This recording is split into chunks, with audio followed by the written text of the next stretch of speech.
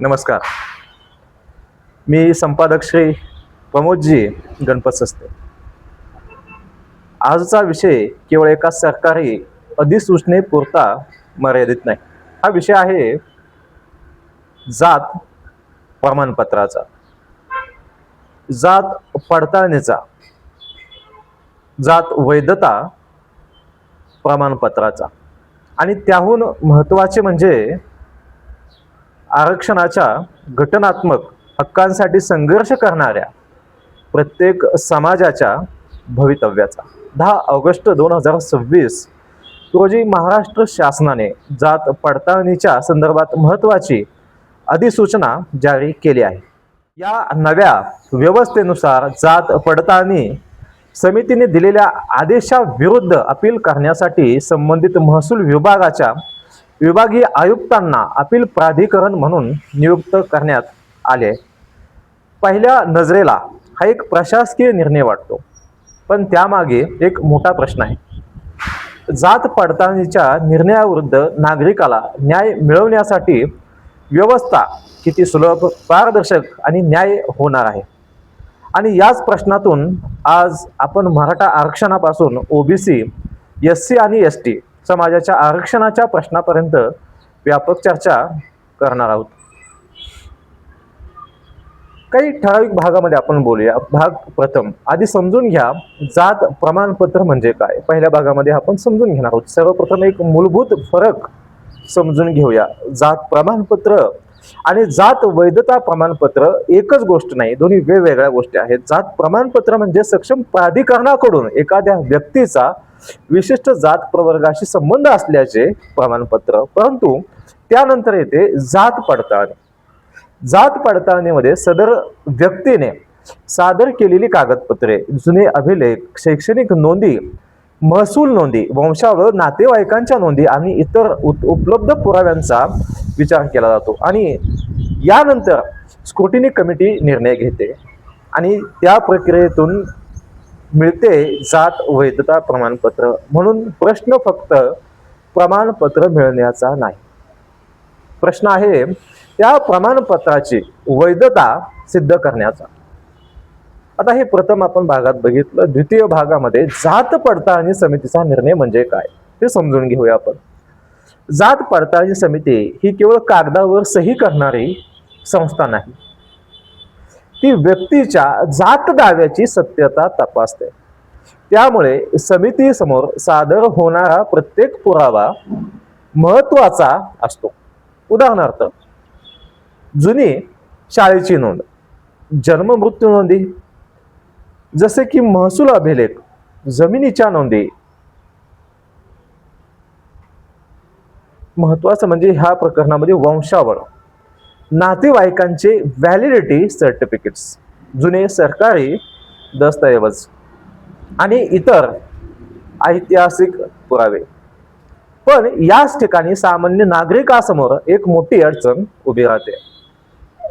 एखाद्या कुटुंबाकडे 50, 70 किंवा 100 वर्षापूर्वीची कागदपत्रे नसतील तर, शिक्षणाची संधी नसलेल्या पूर्वजांच्या नोंदी उपलब्ध नसतील तर, गावातील जुन्या अभिलेखामध्ये विसंगती असेल तर, किंवा एका दस्तऐवजात जात एका पद्धतीने आणि दुसऱ्या दस्तऐवजात वेगळ्या पद्धतीने नोंदवली असेल तर, इथेच कायदा आणि सामाजिक वास्तव यांच्यातील अंतर दिसते. आणि याच अंतरामुळे हा एवढा मोठा संघर्ष आपल्याला पूर्ण महाराष्ट्रभर पाहायला मिळतो, देशभरात पाहायला मिळतो. हे द्वितीय भागामध्ये आपण बघितलं. भाग तिसरा, 10 ऑगस्टची अधिसूचना का महत्वाची आहे. याच पार्श्वभूमीवरती 10 ऑगस्ट 2026 ची अधिसूचना महत्वाची ठरते. उपलब्ध माहितीनुसार जात पडताळणी समितीच्या आदेशाविरुद्ध अपील करण्यासाठी विभागीय आयुक्तांना ॲपिलेट ऑथॉरिटी म्हणून नियुक्त करण्यात आले. म्हणजे आता एक महत्वाची प्रशासकीय पायरी निर्माण होते. एक सुधारणा साधारणपणे रचना अशी समजता येईल. प्रथमतः जात पडताळणी समिती, त्यानंतर विभागीय आयुक्त अपील प्राधिकरण, त्यानंतर आवश्यकतेनुसार न्यायालयीन उपाय. या 3 स्टेप्स ही व्यवस्था नागरिकाला स्क्रुटिनी कमिटी च्या निर्णयानंतर प्रशासकीय पातळीवर दाद मागण्याची संधी देते. हे तृतीय भाग. आपण गोष्टी काही समजून घेतल्या तृतीय भागामध्ये. भाग चौथ्यामध्ये आपण एक गैरसमज दूर करणे आवश्यक आहे. हा गैरसमज कोणता हा समजून घेणार आहोत. या ठिकाणी मी अत्यंत स्पष्टपणे सांगू इच्छितो, पूर्वी जात पडताळणी समितीचा निर्णय झाला की कोणताही अपीलचा मार्ग नव्हता, असे सरसकट म्हणणे अचूक आहे. जसं की आपण मागच्या 8 दिवसात वाद बघितला. महाराष्ट्राच्या 2000च्या जात प्रमाणपत्र कायद्यात कॉम्पिटंट अथॉरिटीच्या जात प्रमाणपत्र नाकारण्याच्या आदेशाविरुद्ध अपीलची तरतूद आधीपासून होती. 2026च्या बदलाचा महत्वाचा मुद्दा म्हणजे स्क्रुटिनी कमिटीच्या जात पडताळणी वैधतेच्या आदेशाविरुद्ध स्वतंत्र अपील व्यवस्था निर्माण होणे, हा ह्या प्रकरणाचा उद्देश आहे. ही कायदेशीर अचूकता आपण जपली पाहिजे, कारण सामाजिक प्रश्नावर बोलताना भावनिकता असली तरी कायदेशीर तथ्यामध्ये अचूकता असलीच पाहिजे. आणि निश्चितपणे मला वाटतं 10 ऑगस्टचा ही जी अधिसूचना निर्माण केलेली ती पर्याय देण्याकरता आहे. ते आपण चौथ्या भागामध्ये 5व्या भागामध्ये बघू. याचा सामान्य नागरिकाला काय फायदा, हा महत्वाचा विषय हा 5व्या भागामध्ये आपण समजून घेऊया. आता कल्पना करा, एका गरीब कुटुंबातील विद्यार्थ्याने आरक्षणाच्या आधारावर शिक्षण घेतले, त्याने अनेक वर्षे कागदपत्रे गोळा केली, त्याचा जात दावा स्क्रुटिनी कमिटी समोर गेला आणि समितीने त्याची व्हॅलिडिटी नाकारली. हे अनेक वर्षानंतर समजा घडलं. आता त्या विद्यार्थ्यापुढे प्रश्न, मी काय करू? न्यायालयात जावे हा एक प्रश्न आहे. त्याच्यापुढे हा पर्याय असू शकतो, वकील करावा हाही पर्याय आहे, त्याच्यामध्ये खर्च करावा, हे प्रश्न त्यांच्या समोर उभे राहतात. पुणे, मुंबई, नागपूर किंवा औरंगाबाद खंडपीठात जावे, असे प्रश्न त्याच्यासमोर उपस्थित साहजिक होणं साहजिक असं हे सामान्य कुटुंबासाठी हे सोपे नसते हो. नवीन अपील व्यवस्था प्रभावीपणे कार्यान्वित झाली तर नवीन निर्णयाप्रमाणे पहिल्यांदा प्रशासकीय पातळीवरच दाद मागण्याची संधी मिळू शकते. म्हणजे जवळच ही या बदलाची मोठी सकारात्मक बाजू आहे. त्या खंडपीठाकडे जाण्यापेक्षा निश्चितपणे अपील अधिकारी आहे त्याच्याकडे जाऊन दाद मागू शकतो. निश्चितपणे हा पर्याय अतिशय योग्य आहे. हे भाग 5 पर्यंत बघितला. आपण आता भाग 6 मध्ये जाऊ. पण व्यवस्था प्रभावी होण्यासाठी 3 गोष्टी आवश्यक आहेत. फक्त ॲपिलेट अथॉरिटी नियुक्त करून प्रश्न सुटणार नाही. त्या 3 गोष्टी कोणत्या आवश्यक आहेत? तर पहिली, टाइम लिमिट, वेळ मर्यादा. अपील वर्षानुवर्षे प्रलंबित राहता कामा नये, महत्वाचे. दुसरी, कारणयुक्त आदेश. फक्त समितीचा निर्णय योग्य आहे असे म्हणून अपील फेटाळले जाऊ नये. काय पुरावा मान्य केला, काय पुरावा नाकारला, का नाकारला याची कारणे स्पष्ट असली पाहिजेत, तीही लेखी. तिसरे, पारदर्शकता, ट्रान्सपरन्सी खूप महत्वाची. अपीलची प्रक्रिया ऑनलाईन असावी. केस नंबर मिळावा. केस नंबर जर असेल तर कधीही ऑनलाईन चेक करू शकतो. सुनावणीची तारीख ऑनलाईन दिसावी. आदेश ऑनलाईन उपलब्ध व्हावा.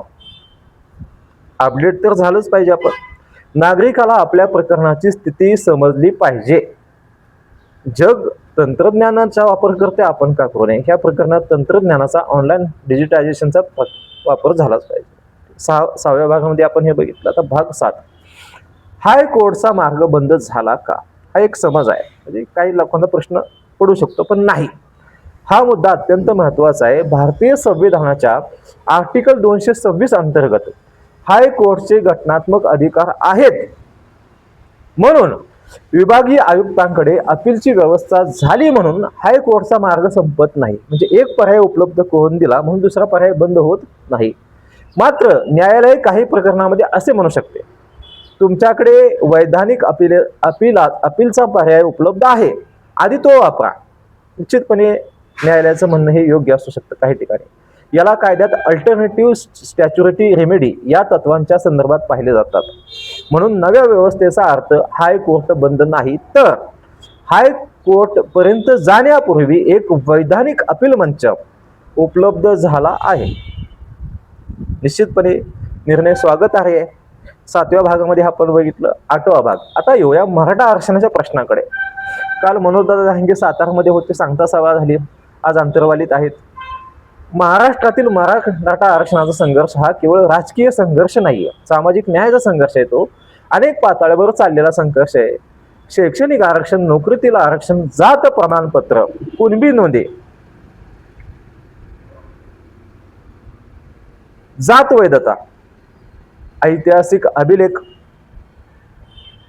आणि घटनात्मक आरक्षणाच्या चौकटीतील सामाजिक न्याय. मनोज जहांगीर पाटील यांच्या नेतृत्वाखाली झालेल्या आंदोलनांनी हा प्रश्न महाराष्ट्राच्या राजकीय आणि सामाजिक केंद्रस्थानी आणला. परंतु कोणत्याही आंदोलनाची अंतिम कसोटी असते त्या आंदोलनातून निर्माण झालेल्या मागण्या कायदेशीर आणि प्रशासकीय व्यवस्थेत किती परिणामकारकपणे उतरतात. इम्प्लिमेंटेशन ही खरी परीक्षा आहे. निर्णय होतात पण त्याचं इम्प्लिमेंटेशन किती होतं, चांगलं होतं, कसं होतं, हे महत्वाचं आहे. आता भाग 8 मध्ये हे बघितलं, आपण भाग 9 मध्ये बघूया. आंदोलनातून कायदेशीर व्यवस्थेपर्यंत रस्त्यावरचा संघर्ष महत्वाचा आहे, मोर्चा महत्वाचा आहे, उपोषण महत्वाचे आहे, सरकारवर दबाव आणणे महत्वाचे आहे, पण त्यानंतरचा टप्पा अधिक महत्वाचा आहे. कायदा काय म्हणतो? जसं आपण पाहिलं, राज्याचे मुख्यमंत्री म्हणाले राज्य दबावाने नाही चालत तर संविधानाने चालते. म्हणजे कायदा काय म्हणतो, नियम काय म्हणतात, प्रशासन काय करतं, पुरावा कसा तपासला जातो, अपील कुठे करायचे. निश्चितपणे मुख्यमंत्र्यांच्या म्हणण्याप्रमाणे न्यायालयीन उपाय काय आहेत, तुम्ही न्यायालयात जाऊ शका असंही ते म्हणाले. ही माहिती समाजातील प्रत्येक कार्यकर्त्याला असली पाहिजे. कारण त्याचं कारणही ऐकून घ्या. कारण खूप महत्वाचं आहे. भावनेतून आंदोलन सुरू होतं पण कायद्याच्या ज्ञानातून आंदोलनाला दिशा मिळते. नाहीतर दिशाहीन आंदोलन किती घातक असतं हे अनुभव आले आपण. 10व्या भागामध्ये ओबीसी समाजासाठी हा प्रश्न तितक्याच महत्वाचा आहे जसं मराठा समाजासाठी, ओबीसी, एससी, एसटी सर्वांसाठी महत्वाचा आहे. ही चर्चा फक्त मराठा समाजापुरती मर्यादित ठेवणे योग्य नाही. ओबीसी समाजातील अनेक जातींसाठीही जात प्रमाणपत्र आणि जात वैधता हा अत्यंत महत्वाचा विषय आहे. एखाद्या व्यक्तीला ओबीसी म्हणून शैक्षणिक किंवा रोजगारातील लाभ घ्यायचा असेल तर त्याच्याकडे संबंधित प्रमाणपत्रे आणि आवश्यक वैधता असणे महत्वाचे ठरते. त्यामुळे मराठा विरुद्ध ओबीसी अशी सामाजिक विभागणी करून या प्रश्नाकडे पाहणे चुकीचं आहे. मुळात प्रश्न आहे, प्रत्येक पात्र नागरिकाला त्याचा कायदेशीर आणि घटनात्मक हक्कापर्यंत पोहोचण्यासाठी न्याय व्यवस्था मिळते का? आणि मला वाटतं हा खरा प्रश्न आहे आणि ज्यासाठी एवढा मोठा संघर्ष उभा राहिला. 10व्या भागामध्ये आपण हे बघितलं. आता 11वा भाग एससी शेड्यूल कास्ट समाजासाठी ही धडा आहे. अनुसूचित जातीतील नागरिकांसाठी जात प्रमाणपत्र हा केवळ कागद नाही, तो अनेक पिढ्यांच्या सामाजिक वंचनेच्या पार्श्वभूमीवरती मिळालेल्या घटनात्मक संरक्षणाशी जोडलेला आहे. डॉक्टर बाबासाहेब आंबेडकरांनी संविधानाच्या माध्यमातून सामाजिक न्यायाची जी चौकट निर्माण केली त्यात आरक्षण हे प्रतिनिधित्व आणि समान संधीचे एक साधन आहे. म्हणून जात पडताळणी करताना दोन टोकांची भूमिका धोकादायक आहे. एकीकडे खोट्या जात दाव्यांना संरक्षण मिळता कामा नये, निश्चितपणे सत्तेच्या पाठीमागे सगळ्यांनी उभं राहिलं पाहिजे. आणि दुसरीकडे खऱ्या पात्र व्यक्तीला केवळ प्रशासकीय त्रुटीमुळे घटनात्मक लाभापासून वंचित करता कामा नये. हे उत्तरदायित्व सर्वांचं आहे. ही दोन्ही तत्वे एकाच वेळी जपावी लागतील आणि खरी लोकशाही इथेच आहे. 11वा भाग झाला. 12व्या भागामध्ये एसटी समाजाचा प्रश्न. अनुसूचित जमातींच्या बाबतीत तर हा विषय अत्यंत आणखी संवेदनशील आहे. आदिवासी समाजाच्या ऐतिहासिक, भौगोलिक आणि सामाजिक परिस्थितीचा विचार न करता केवळ कागदपत्रांच्या आधारे निर्णय देणे आणि दुसरीकडे खोट्या दाव्यांना संरक्षण देणे, दोन्ही टोकाचे धोके आहेत. म्हणून जात पडताळणी व्यवस्था अशी असली पाहिजे की खोटा दावा रोखला जाईल आणि खरा दावा संरक्षित केला जाईल. निश्चितपणे दूध का दूध, पाणी का पाणी झालंच पाहिजे. भाग 12 झाला. भाग 13 खऱ्या सुधारणा कोणत्या? आज सरकारसमोर काही स्पष्ट मागण्या ठेवण्याची वेळ आली. मागणी क्रमांक 1, सर्व जात पडताळणी समित्यांच्या प्रकरणांसाठी डिजिटल केस ट्रॅकिंग सिस्टीम सुरू करा, DCTS. मागणी क्रमांक 2, अपिलासाठी स्पष्ट टाइम बॉर्ड मेकॅनिझम असावा. बघतो आपण मेकॅनिझम शिवाय काहीच नाही. मागणी क्रमांक 3, जुने अभिलेख डिजिटल स्वरूपात उपलब्ध करून द्यावेत. मागणी क्रमांक 4, वंशावळ आणि ऐतिहासिक दस्तऐवज तपासण्यासाठी तज्ज्ञ प्रणाली विकसित करावी. मागणी क्रमांक 5, प्रत्येक निर्णय स्पीकिंग ऑर्डर असावा. बोलणारा कागद महत्वाचा आहे. मागणी क्रमांक 6, अपील प्रक्रियेसाठी ग्रामीण भागात लीगल असिस्टन्स सेंटर्स असावे. अहो, मोबाईल उघडला की ते असिस्टंट, चॅट जीपीटी सगळं झाले ना आता. मग आपली लोकशाही व्यवस्था एवढी मागास का? मागणी क्रमांक 7, नागरिकाला ऑनलाईन अर्ज, सुनावणी, आदेश आणि अपिलाची स्थिती पाहता आली पाहिजे. 13 भाग झाले. 14वा भाग, सर्वात महत्वाचा प्रश्न, पुराव्यांचा. जात पडताळणीमध्ये सर्वात मोठी अडचण म्हणजे ऐतिहासिक पुरावे. आजचा नागरिक 2026 मध्ये जगतो, पण त्याला सिद्ध करायचे असते त्याच्या पूर्वजांची जात काय होती. कधी कधी 1950 पूर्वीच्या नोंदी शोधाव्या लागतात, कधी 1930च्या नोंदी, कधी त्याही आधीच्या.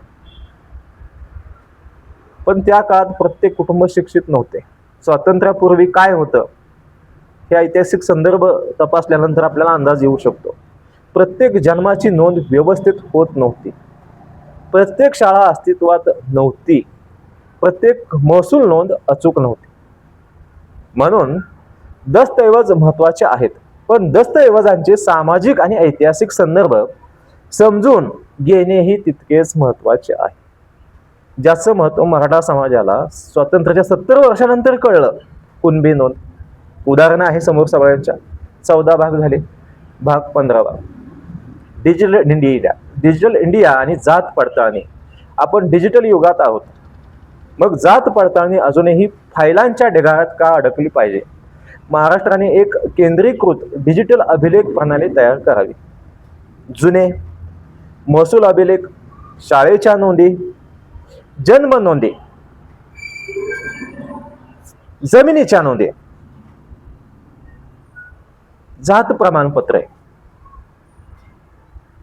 व्हॅलिडिटी सर्टिफिकेट्स, वंशावळी यांचे सुरक्षित डिजिटायझेशन झाले पाहिजे.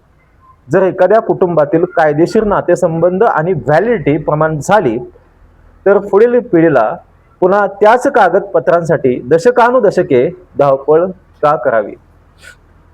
हा प्रश्न महत्वाचा आहे.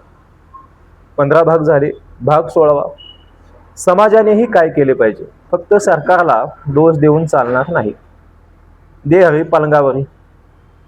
प्रत्येक समाजाने स्वतःची डॉक्युमेंटेशन लिटरसी वाढवली पाहिजे. आपल्या कुटुंबातील जुने दाखले, शाळेच्या नोंदी, जन्म नोंदी, महसूल कागदपत्रे, जमिनीच्या नोंदी, वंशावळी, सरकारी प्रमाणपत्रे, नातेवाईकांची व्हॅलिडिटी सर्टिफिकेट्स यांचे डिजिटल आर्चिव्ह तयार केले पाहिजे. कारण भविष्यात कागदपत्र म्हणजे अधिकारांचे संरक्षण. कागद महत्वाचा झालाय, निश्चितपणे कागद बोलला पाहिजे. भाग 17वा, आंदोलन करणाऱ्या कार्यकर्त्यांसाठी नवीन दिशा.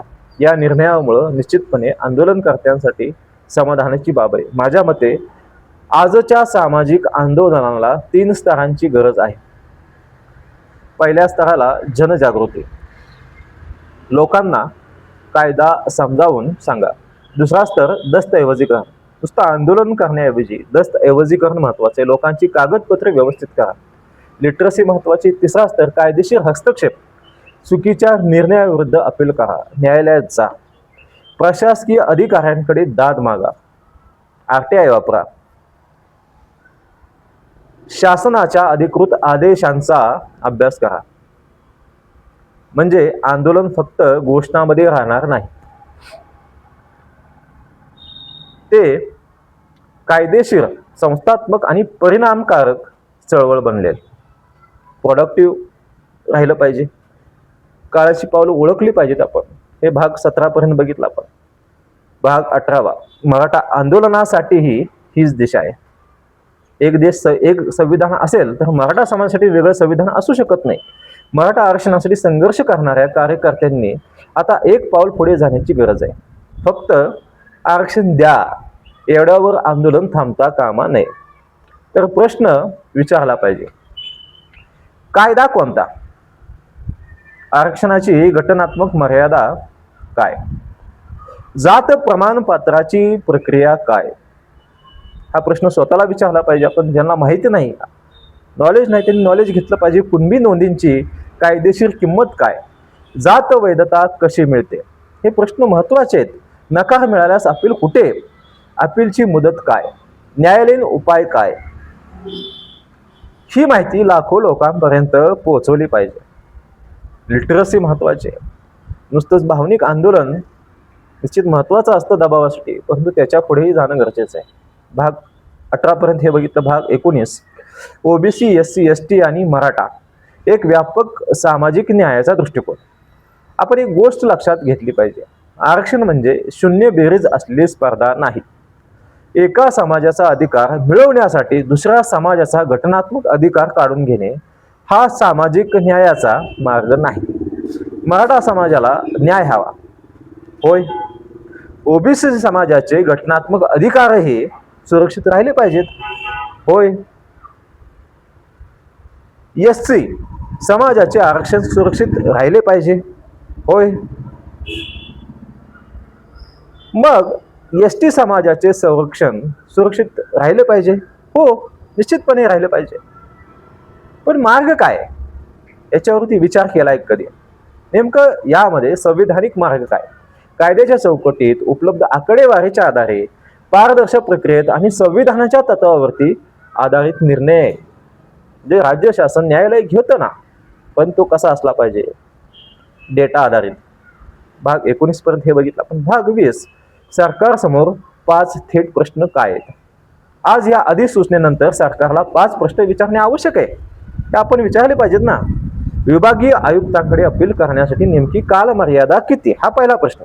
दुसरा प्रश्न, 10 ऑगस्ट 2026 पूर्वीचे स्क्रुटिनी कमिटीचे आदेश या व्यवस्थेवर येणार का? निश्चित ना, येरे माझ्या मागल्या नको परत. प्रश्न 3, अपील प्रलंबित असताना स्टे मिळण्याची तरतूद आहे का? हे प्रश्न उपस्थित नंतर होण्याऐवजी आपण आत्ताच विचारा ना. प्रश्न 4, विभागीय आयुक्तांना पुराव्यांचे मूल्यांकन आणि प्रकरण रिमांड करण्याचा अधिकार किती? चौथा प्रश्न खूप महत्वाचा आहे. 5वा प्रश्न, अपीलाचा अंतिम निर्णय किती दिवसात देणे बंधनकारक आहे? टाइम बॉर्ड महत्वाचा आहे. नाहीतर काय, जसं रात्री जरांगे पाटील म्हणले 150 वर्ष सरकार अभ्यास करते काय? निश्चितपणे एवढे वर्ष जगणार नाही माणूस आपण, अमृत पेलो नाही आपण. याच 5 प्रश्नांची उत्तरे स्पष्ट सरकारने जनतेसमोर ठेवली पाहिजेत. हे भाग 20 पर्यंत आपण पाहिले. भाग 21 समाजासाठी एक खूप मोठा संदेश आहे माझा. आज प्रत्येक समाजाने एक गोष्ट समजून घेतली पाहिजे, जात प्रमाणपत्र मिळवणे ही सुरुवात आहे. जस्ट स्टार्ट आहे. जात वैधता मिळवणे ही कायदेशीर पडताळणीची प्रक्रिया आहे आणि त्या प्रक्रियेत न्याय मिळणे हा नागरिकाचा मूलभूत प्रश्न आहे. म्हणून अंध समर्थन नको, अंध विरोध नको, खोटी कागदपत्रे नकोत, खोटे दावे नकोत, पण खऱ्या नागरिकावर अन्यायही नको. हीच संतुलित भूमिका असली पाहिजे आणि संविधानिक भूमिका हीच आहे. संविधानिक लिटरसी सुद्धा हीच आहे. शेवटी 10 ऑगस्ट 2026 ची अधिसूचना आपल्याला एक मोठा संदेश देते. व्यवस्था बदलत आहे, काळानुरूप बदल होतातच आणि झालेच पाहिजेत. काळानुरूप अपडेटही झालं पाहिजे. पण व्यवस्था बदलणे पुरेसे नाही. व्यवस्था न्याय्य झाली पाहिजे, व्यवस्था वेगवान झाली पाहिजे, व्यवस्था पारदर्शक झाली पाहिजे आणि सर्वात महत्त्वाचे, व्यवस्था संविधानाच्या सामाजिक न्यायाच्या तत्वांशी प्रामाणिक राहिली पाहिजे. मराठा आरक्षणासाठी संघर्ष करणाऱ्या प्रत्येक कार्यकर्त्याने कायदा समजून घेतला पाहिजे. ओबीसी समाजाने आपल्या अधिकारांचे दस्तऐवजीकरण केले पाहिजे. SC समाजाने आपल्या घटनात्मक संरक्षणाबाबत कायदेशीर साक्षरता वाढवली पाहिजे. एस.टी. समाजाने आपल्या ऐतिहासिक व दस्तऐवजी हक्कांचे संरक्षण केले पाहिजे आणि सरकारने प्रत्येक पात्र नागरिकाला न्याय मिळेल अशी पारदर्शक, वेळबद्ध आणि उत्तरदायी जात पडताळणी व्यवस्था उभी केली पाहिजे. कारण शेवटी प्रश्न कोणत्या जातीचा नाही, प्रश्न आहे न्याय कोणाला मिळतो. आणि त्याहून मोठा प्रश्न, न्याय मिळवण्यासाठी सामान्य नागरिकाला किती संघर्ष करावा लागतो. हीच खरी सामाजिक परिवर्तनाची दिशा आहे. मी संपादक श्री प्रमोदजी गणपत सस्ते. आपण पाहत आहात प्रगती चळवळ. सामाजिक न्यायासाठी माहिती विश्लेषण आणि जनजागृतीचे व्यासपीठ. जय संविधान, जय भारत. व्हिडिओ आवडला असेल तर शेअर करा, लाईक करा आणि शेअर करायला विसरू नका. धन्यवाद.